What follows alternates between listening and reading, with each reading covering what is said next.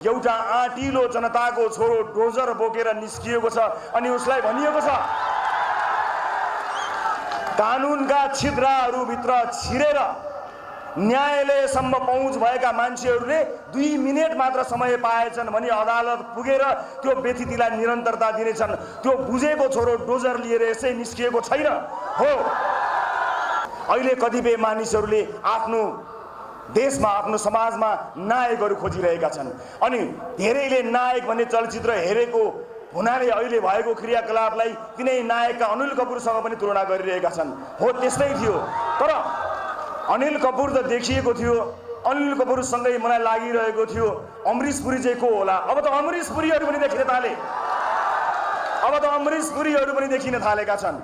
यस अर्थमा यो एउटा सङ्केत हो कि यदि राजनीतिक दलभित्र आफ्ना मान्छेलाई पोस्नु छैन भने एउटा इमानदार मान्छे कार्यकारी भयो भने त्यसले धेरै परिवर्तन गर्न सक्छ। टुडी खेल र मेरो एउटा गजबको सम्बन्ध छ। टुडी खेल र मेरो एउटा गजबको सम्बन्ध छ। विवाद र चर्चा दुईटै दिएको छ मलाई टुडी खेलले। मैले लाज नपचेका नकचराहरूलाई भनेको थिएँ, मैले लाज नपचेकाहरूलाई भनेको, तर लाज नपचेकाहरूले आफ्नो लाज अझै पनि नपचाई व्यतिथिलाई निरन्तरता प्रदान गरे। मैले लाज नपचेको भनेर यसै भनेको होइन। टेलिभिजनमा सभ्य शिष्ट मिठो कर्णप्रिय आवाज र 2-4 शब्द नजानेको मान्छे म होइन, त्यति ठुलो विद्वान त होइन, तर मिठा चिल्ला कुरा गरेर दङ्ग पार्न नजान्ने पनि होइन। तर जब जनता कोभिडको महामारीमा मरिरहेका थिए त्यति बेला जनता बचाउने औषधिमा पनि कमिसन खाएपछि म बाध्य भएको छु हो। टुडी खेलका विषयमा मैले त्यही भनेको हुँ। अब टुडी खेलका विषयमा टेलिभिजनबाट भनेको त्यो किकलाई मैले अब भोटमा बदल्ने निर्णय गरेको छु। त्यो किक भनेको मङ्सिर 4 मा तपाईले खसाल्ने मत हो। त्यसैलाई अब म किकमा परिणत गरेर आफ्नो त्यो भनाइ सच्याउन यहाँ टुडी खेलमा खुला मञ्चमा उभिएको छु कि अब लाज नपचेका नकचराहरूलाई एक जनालाई आउने मङ्सिर 4 गते मतदान मार्फत विदा गर्नुपर्ने भएको छ। आज बाको मुख हेर्ने दिन। मलाई धेरैले भन्नुहुन्छ अघिल्ला पुस्तालाई गाली गरेर मात्र हुन्छ, आफ्ना कुराहरू गर न, आफ्ना भिजन ल्याउ न, गर्न के खोजेको त्यो भन न, के हो तिमीहरूको राजनीतिक एजेन्डा, के राजनीति गर्न खोजेको त्यो भन न, राजनीति सिक न भनेर मलाई धेरैले भन्नुहुन्छ। म भन्छु म राजनीति सिक्दिनँ, मलाई यो राजनीति सिक्नु नै छैन। पानी झमझम परेको बेलामा पिच गरिरहेको छ, सरकारका निकायहरू आँखा बन्द गरेका छन्। पानी पर्दा पिच गर्नुहुन्न भन्ने कुरा जान्नका लागि राजनीति जान्नु पर्दैन। म त्यो राजनीति सिक्दिनँ, मलाई त्यो राजनीति सिक्नु छैन। आज देशका अस्पतालहरूको सुधार गर्नु पर्यो भने कोही अगाडि बढ्दैन, तर उपकरण किन्नु पर्यो भने सबै अगाडि बढ्छन्। एक मान्छेलाई थाहा छ कि यो देशलाई कङ्गाल एक ककसले गरेका छन्। थाहा पाउँदै पनि कोही पनि बोल्दैन, कोही चुइक्क बोल्दैन। बाहरू भएका छन्, बाहरूलाई सम्मान गर्ने मान्छेहरू छन्, बाहरू अगाडि बढ्दैनन्। तर अब समय परिवर्तन भएको छ। म सबै बाहरूलाई आज बाको मुख हेर्ने दिनमा ससम्मान एउटा सन्देश दिन चाहन्छु। पछाडि बा भएका 3 बा, केपी बा, देउबा, नानिका बा, पछाडि बा भएकाहरूलाई ससम्मान बिदा गरौँ, किनकि अगाडि बा भएकाहरू डोजर लिएर निस्किसके।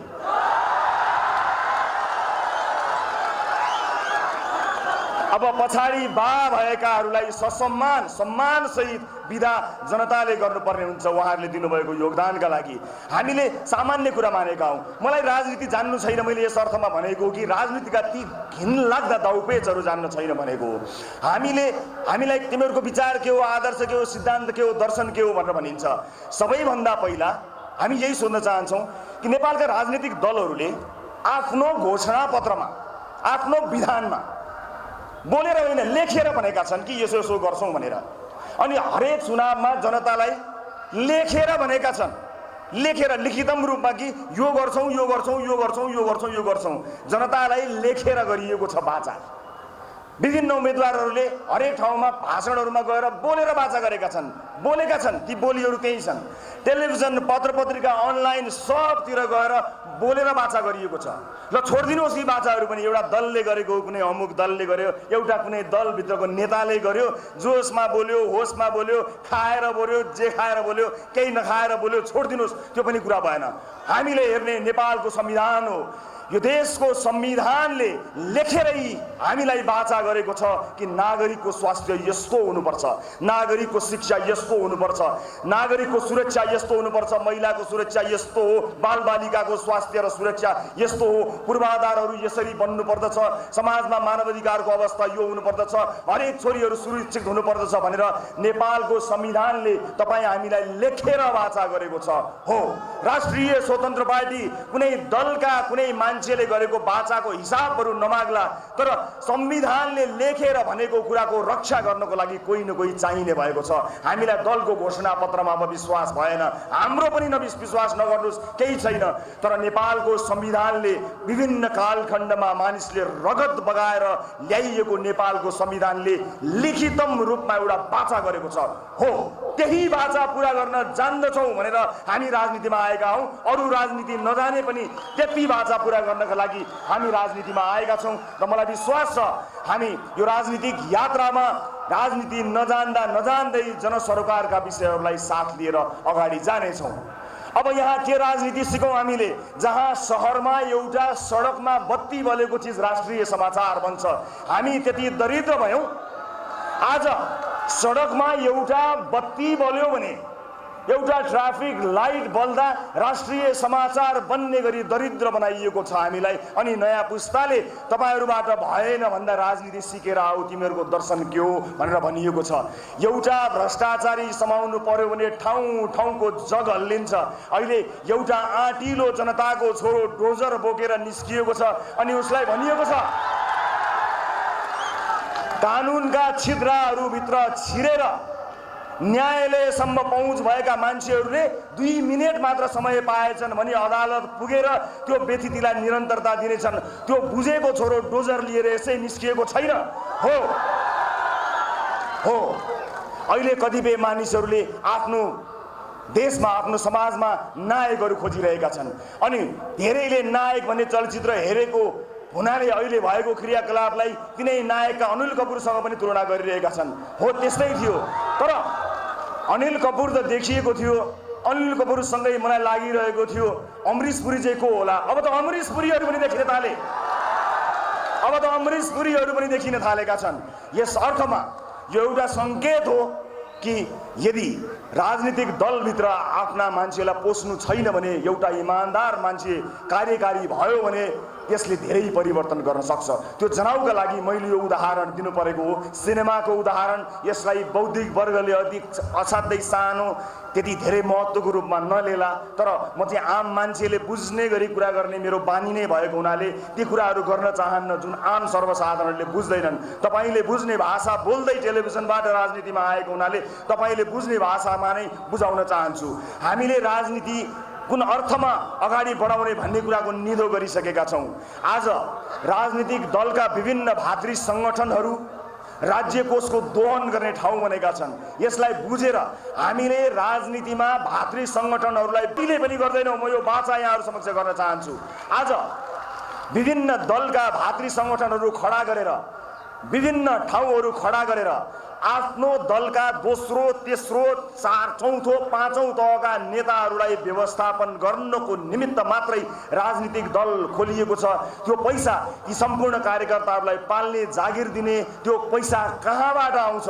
त्यो पैसा उनीहरूको व्यक्तिगत सम्पत्तिबाट गएको छैन। त्यो पैसा तपाईँले र हामीले दुःख गरेर काम गरेको ट्याक्सको पैसा गएको छ र त्यो पैसाबाट राज्य कोष दोहन गरेर आफ्ना दलका कार्यकर्ताहरू पालिएका छन्। हामीले त्यसलाई बन्देज गर्यौँ। राष्ट्रिय स्वतन्त्र पार्टीमा अघि श्रद्धेय मदन राईज्यूले भन्नुभयो जस्तो एउटा पनि मान्छेले झोला बोक्नु पर्दैन, हामीसँग कार्यकर्ता छैनन्। हो, शुभचिन्तक छन्, तपाईँ जस्ता शुभचिन्तक जसले पानीको एउटा घुटको पनि नपिइकन आज परिवर्तनको लागि आउनुभएको छ नि। तपाईको बलमा राजनीति गर्दैछौँ हामी, तपाईको आडमा, तपाईको भरमा निस्किएको छौँ हामी। न बसका बस पठाएर तपाईँलाई ल्याउने र पुर्याउने व्यवस्था गर्न सक्छौँ, न मासु दिन सक्छौँ, न चिउरा दिन सक्छौँ, न रक्सी दिन सक्छौँ। तर हुर्कदै गरेका तपाईँका ससाना छोराछोरीहरूको लागि सानो र सुनौलो भविष्य दिन सक्छौँ। यति चाहिँ म वाचा गर्न सक्छु। यति भए पुग्छ भने आउनुहोस् हामी सँगसँगै यात्रा गरौँ। यो यात्रामा तपाईँ हामीलाई साथ दिनुहोला। मलाई त धेरै गाह्रो छ। टेलिभिजनमा काम गरिरहँदा हरेक दलका व्यतिथि र गलत क्रियाकलाप गर्ने नेतृत्वलाई खबरदारी गरेको छु। मेरो आफ्नो भन्नु कोही पनि छैन। पार्टीभित्र पनि परिवारवादलाई बन्देज गरिएको छ। आफ्नो भन्नु कोही पनि बोकेको छैन। आज नेपालको मूलधार सञ्चार माध्यमले पनि मलाई कहिले पनि आफ्नो मानेको छैन। त्यसको मेरो आफ्नै दुःखहरू छन्। त्यो दुःख कुनै दिन कुनै चौतारीमा बिसाउँला। यति हो कि यो क्षेत्रको श्रीवृद्धिका लागि संसारमै सबैभन्दा लामो टक शो सञ्चालन गरेर विश्व कीर्तिमान राखेर आफ्नो देशको नाम र भगवान गौतम बुद्धको नाम राख्ने अवसर पाएको थिएँ। तर मलाई मेरो क्षेत्रले कहिले पनि त्यसको अलिकति मलाई हक लाग्ने जति पनि माया दिन सक्दैन। अवसर पायो भने मलाई अपमानित गर्न, अवहेलित गर्न खाँदैको भात छोडेर पनि आउँछ। मेरो आफ्नो भन्नु धेरै कोही छ भने तपाईँहरू मात्रै हो। किनभने हरेक दलभित्र त्यस दलभित्रका व्यतिथि र विसङ्गतिभित्र बोलेको हुनाले हत्तपत्त म रुचाइने मान्छेमा पर्दिनँ। कुनै न कुनै दल र कुनै न कुनै नेताको तारो बनेको छु। आफ्नै क्षेत्र सञ्चार क्षेत्रले पनि त्यति न्यानो माया गर्दैन। अब मसँग बाँकी रहेको साहस के थियो र? राजनीतिमा आउनुभन्दा अगाडि मैले धेरै सोचेँ, धेरै विचार गरेँ। मैले कसलाई राखेको छु र? हर क्षेत्रको व्यतिथिका बारे कुराकानी गरेको छु। बाटाहरू कमजोर बने, किन यस्तो बाटो बनाएको भनेर कमजोर बाटो बनेको पिच हातैले उक्याएर देखाएको छु। मान्छेहरूले मलाई किन साथ दिन्छन् होला, तिनको परिवार आफन्त र कम्पनीले मलाई किन भोट हाल्छ होला, म सोचिरहन्छु। एउटा सुधार गृहमा नेपालीहरूलाई पिसाब चटाएर राखेका ठाउँहरूमा गएर उनीहरूलाई उद्धार गरेर आएको छु। तिनका मान्छेहरू आफन्तहरू कति सल्बलाएका होलान्, तिनले मलाई किन आफ्नो भन्ने होला, मेरो भन्नु को छ र भन्ने लागेको थियो। एउटी चेलीलाई यौन दुराचार गर्नको निमित्त कोठाभित्र राख्दा त्यो कोठा फोडेर जाँदा उनको आवाजलाई प्रतिनिधित्व गरेको थिएँ। त्यस्ता कयौं अधर्मीहरू छन्। ती अधर्मीहरूले पनि मलाई के माया गर्छन् होला र म कसको सहारामा कसले भोट दिन्छ भनेर चुनावमा जाने होला, मलाई बडो दुधार परेको थियो। तर आँट गरेर साहस गरेर तपाईहरूको भर परेर राजनीतिक दलमा आएको छु। मलाई आश तपाईको मात्रै छ, अरू कसैको पनि छैन। र मलाई आश भरोसा तपाईको मात्रै छ, अरू कसैको पनि छैन। र तपाईको आश र भरोसा भए मलाई कसैको आश भरोसा पनि चाहिँदैन। मात्र तपाईको साथ हौसला मिलिरहोस्। आज आम जनताबाट बाहिरिएर चुनावका माध्यमबाट र आफै तोडफोड भएर टुटेर फुटेर दलहरू टुक्रा टुक्रा भएर सानो भएका छन्। सानो भएका दलहरू एक्लै होइन, मिलेर चुनाव लड्नका लागि आएका छन्। हो, व्यतिथि जोगाउनको निमित्त, देशमा अराजकता भयो भने न्याय जोगाउनको निमित्त, संविधानको रक्षाको निमित्त आवश्यकता पर्दछ। दलहरू मिल्नु पर्दछ, गठबन्धन हुनुपर्दछ। तर आम चुनावमा टुक्रा टाक्री परेका 5-5वटा दल, 6-6वटा दल मिलेर एक भएर यसरी जनतामा जानु भनेको ठगी हो। यस्तो ठगीलाई नेपाली जनताले अनुमोदन गर्नु हुँदैन। एक्लै आउनुपर्छ राजनीतिक दल एक्लै आउनुपर्छ। 165 ठाउँमा अहिले हिसाब गरेको देखेको थिएँ मैले। उनीहरूको गठबन्धनकै दाबी नै जोड्दाखेरि 233 जना त उहाँहरूको पुग्नु भएछ। जबकि उहाँहरूलाई थाहा छ कति ठाउँमा जम्मा 165 चाहिन्छ भनेर। अब उस्तै पर्यो भने यी सबै दल मिलेर आफूलाई जति सिट चाहिने हो संशोधन गरेर त्यति नै सिट संसदमा बढाउन समेत सक्नेछन्। हामी होशियार हुनुपर्नेछ। उपस्थित आमा बुवा दाजुभाइ दिदीबहिनीहरू, हामीले चाहेको परिवर्तनका बारेमा हामीले बारम्बार भन्दै आइरहेका छौँ। विधिको शासन सबैभन्दा महत्त्वपूर्ण कुरा हुन्छ। आज हामीलाई राजनीति सिकेर आऊ भन्ने मान्छेहरूलाई म एउटा मात्र प्रश्न गर्न चाहन्छु। एउटा नेपाली नागरिकले आफ्नो नेसनल आइडी, राष्ट्रिय परिचय पत्र बनाउनको निमित्त रातभर कुन देशमा बस्नुपर्छ? नागरिकलाई एउटा नागरिक परिचय पत्र नेशनल आइडी राष्ट्रिय परिचय पत्र दिनका लागि राजनीति सिक्नुपर्छ भने म जिन्दगीभरि त्यो राजनीति सिक्दिनँ। नेपाली जनतालाई रातभर कुराउने, नेपाली जनताले उपचार पाउने अस्पतालमा बिरामी र बिरामी कुरुवा भैँमा सुत्ने, बाथरुम पिसाब फेर्न गएको मान्छे बान्ता गरेर निस्किन्छ त्यस्तो बनाउने, बाटोघाटो खाल्डा बनाउने, बाटो बन्दैन बन्यो भने 1 वर्षमा भत्किन्छ त्यस्ता बाटोहरू बनाउने, अनि त्यस्ता बाटो बनाउने मान्छेहरूलाई नेताहरूले संरक्षण गरेर राखिदिने, अदालत तिनैलाई संरक्षण गर्ने ठाउँ बनिदिने। अनि यस्तो राजनीति सिकेर अनि बल्ल हामी राजनीतिमा आउनुपर्ने हुँदैन, यसपटक हुँदैन। यो मङ्सिर 4 गते हामी राजनीति सिक्दै गरौँला। सिक्दै गर्दा पनि यति घिनलाग्दो राजनीति सिक्ने रहर हामीलाई छैन, हामी कुनै बाध्यतामा पनि छैनौँ। यसपटक यो बेथितिको मेन स्विच अफ गर्ने अठोट गरेर हामी मैदानमा आएका छौँ। उपस्थित आदरणीय दाजुभाइ दिदीबहिनीहरू, आज यो मञ्चमा उपस्थित हुनुभएका मानिसहरूलाई तपाईँले कति चिन्नुभयो कति चिन्नु भएको छैन म जान्दिनँ, तर यो देशले उहाँहरूलाई चिन्नु पर्दछ। उहाँहरूलाई मात्र होइन, उहाँहरू जस्ता त्यस्ता व्यक्तिहरूलाई चिन्नु पर्दछ जसलाई चिनिसकेपछि मात्र यो देश परिवर्तन हुन सक्छ। शिक्षाको क्षेत्रमा, स्वास्थ्यको क्षेत्रमा अभियान चलाएर विभिन्न पेशा र व्यवसायमा उत्कृष्टता हासिल गरेका मानिसहरू यसपटक चुनाव लड्नका लागि आउँदैछन्। हामीले आफूले चिनेका मान्छेहरूलाई मात्रै टिकट दिएर देशमाथि अन्याय अत्याचार गर्ने बारेमा सपनामा पनि सोचेका छैनौँ। यसर्थमा यहाँ उभिएका मानिसहरूलाई तपाईँले र अब आउन सक्ने सम्भावना भएका मानिसहरूलाई तपाईँहरूले चिन्नुपर्ने हुन्छ। तपाईँले चिन्नु भएन भने आफूले चिन्दै आएका, देख्दै आएका, भोग्दै आएका मानिसहरूलाई निरन्तर भोट हाल्नु भयो भने हाम्रो अभियान सफल हुन सक्दैन। यसर्थमा हामी जनताको सेवा नगर्ने मानिसलाई आफ्नो घन्टी चुनाव चिन्ह दिँदैनौँ। घन्टी चुनाव चिन्ह दिइसकेपछि जिताएर पठाउने जिम्मा तपाईँलाई लगाएका छौँ। यदि हामीले घन्टी चुनाव चिन्ह दिएर पठाएका मानिसहरू कथम कदाचित तिनले हामीलाई झुक्क्याएछन् भने तपाईँ नझुक्नु होला। कुनै पनि राजनीतिक दलले आफ्नै उम्मेदवार सक्षम छैन भने भोट नदिनुहोस् भन्दैन, तर म राष्ट्रिय स्वतन्त्र पार्टीको सभापतिको हैसियतले यो मञ्चबाट उठेर भन्छु, हामी सकेसम्म सक्षम, इमान्दार, राष्ट्रप्रेमी मानिसलाई घन्टी चुनाव चिन्ह दिएर आउने चुनावमा पठाउँदैछौँ। कथम कदाचित हामी झुक्कियौँ भने, हामी उसलाई चिन्न जान्न पछि पर्यो भने तपाईँ पछि नपर्नु होला, तपाईँ नझुक्किनु होला। अब तपाईँले झुक्किनु भयो भने 5 वर्षमा यो देशको धेरै बर्बादी हामीले हेर्नुपर्ने हुन्छ। यसर्थमा उपस्थित सबैजनालाई म यही अनुरोध गर्न चाहन्छु कि आउने चुनावमा घन्टी चुनाव बाहकलाई पनि प्रश्न सोधेर मात्र भोट हाल्नु होला, अन्य दलहरूका हकमा हामीले भन्नै पर्दैन। उपस्थित आमाबा दाजुभाइ दिदीबहिनीहरू, यहाँ उपस्थित तपाईँहरू धेरैजना सम्भवतः कुनै न कुनै दलमा विश्वास, सदस्यता या केही आशा लिएर योभन्दा अगाडि बढ्नु भएको हुन सक्दछ। मलाई थाहा छ, स्वाभाविक पनि हो, राजनीतिले गाँजेको समाजमा कुनै न कुनै ढङ्गले राजनीतिमा आबद्ध हुन बाध्य पारिएको छ। एउटा पेशा व्यवसाय गर्ने मान्छेले आफ्नो पेशा व्यवसाय गरेर खान पाउने वातावरण छैन। एउटा राजनीतिक दलको आश्रय लिएन भने उसको उठीवास लाग्छ, एउटा दलको छातामुनि बसेन भने उसको उठीवास लाग्छ। त्यस्तो नहोस् भन्नका लागि हामीले पेशा व्यवसायीहरूलाई हाम्रो दलमा समावेश गरेका छैनौँ, हामीले कुनै भातृ सङ्गठन बनाएका छैनौँ। हामीले पेशा व्यवसाय गर्ने मानिसहरूले आफ्नै पेशा र व्यवसाय गर्न सकुन् भन्ने परिकल्पना गरेका छौँ। यो देशका ठुला ठुला व्यापारी व्यवसायीहरू, संसारले चिनेका देशका एकमात्र अर्बपतिहरू समेत राजनीतिक दलमा पुग्न बाध्य भएका छन्। त्यो तिनको रहर होइन, तिनको बाध्यता हो। एउटा मान्छेलाई अर्बपति भइसक्दाखेरि पनि दलको छाता चाहिने कस्तो संस्कार बनायौँ हामीले सोच्नुपर्ने बेला आएको छ।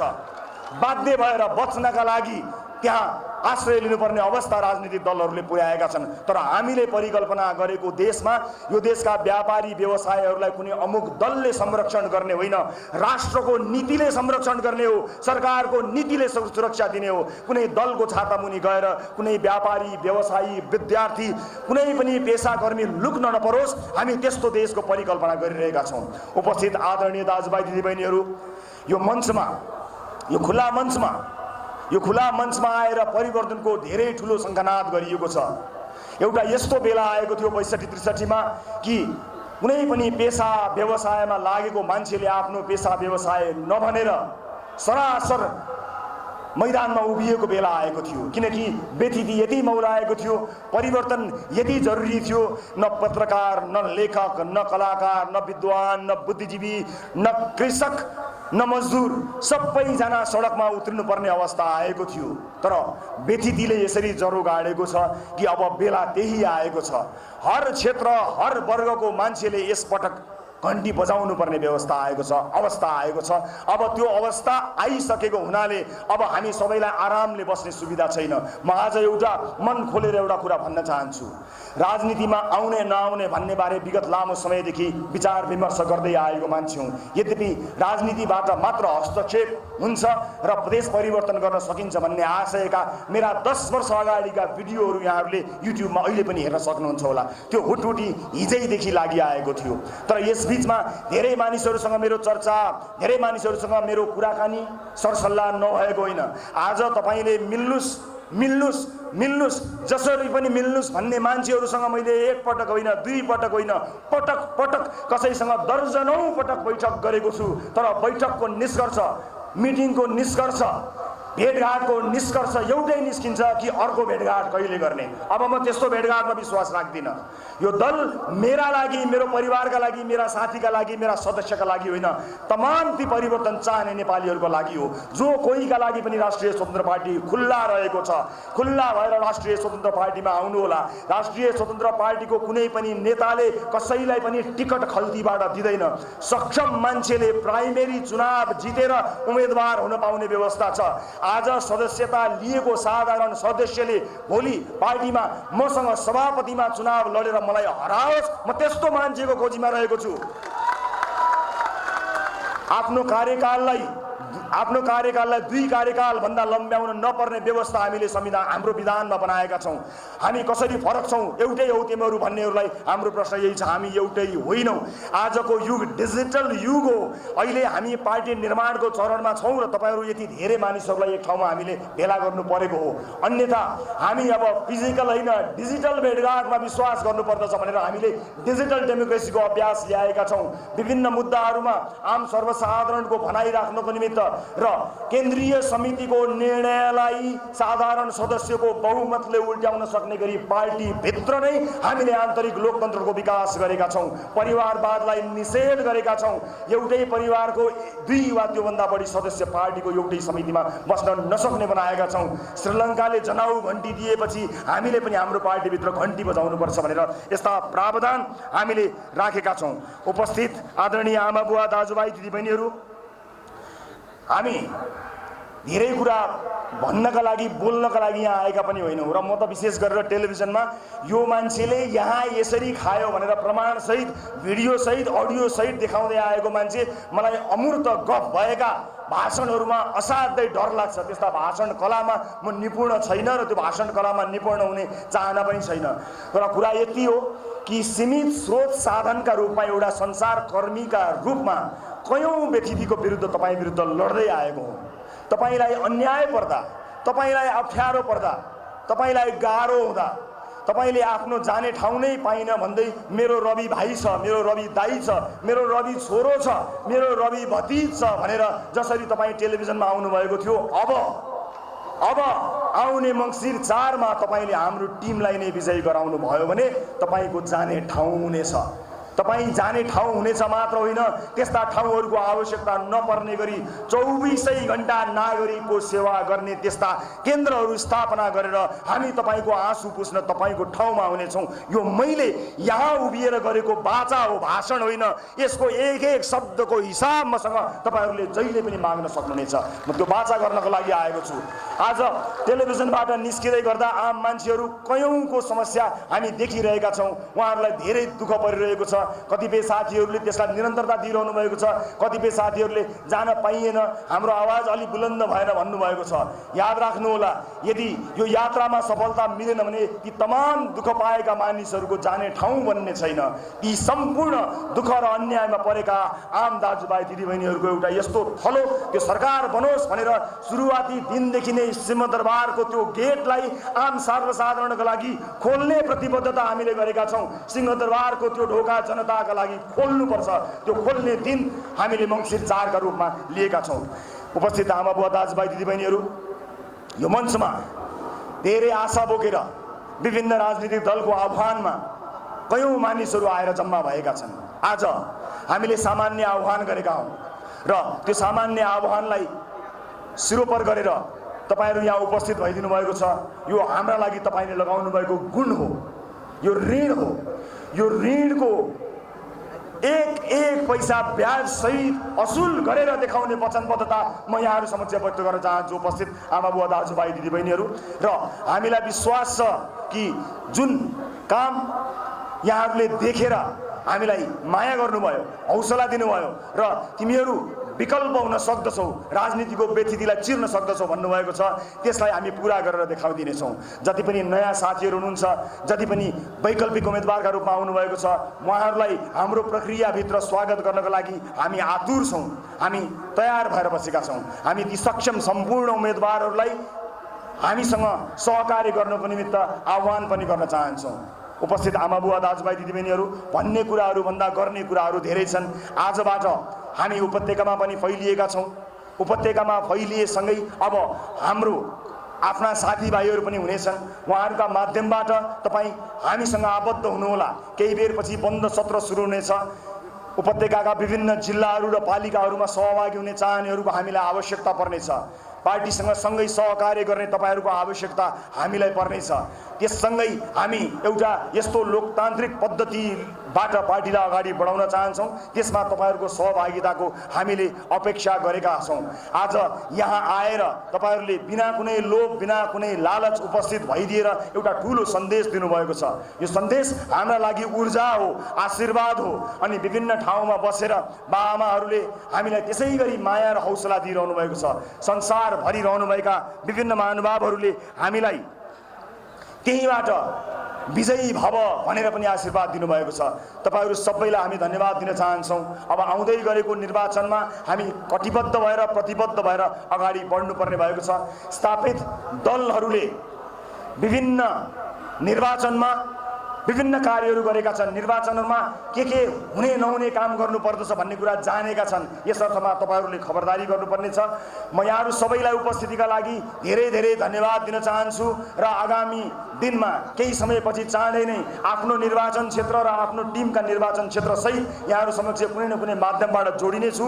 यो खुल्ला मञ्चमा बसेर यस अगाडि यहाँ गरिएका बाचाहरू अब पूरा गर्ने बाचा गर्नका लागि हामी उपस्थित भएका छौं। नयाँ कुनै बाचा होइन, गरिएका बाचाहरूको खबरदारी गर्नको निमित्त आज यो खुल्ला मञ्चमा उपस्थित भएका छौं।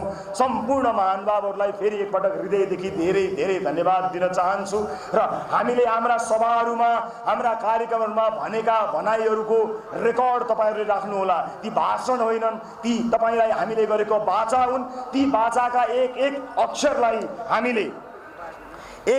अक्षरलाई हामीले पालना गर्नुपर्ने छ।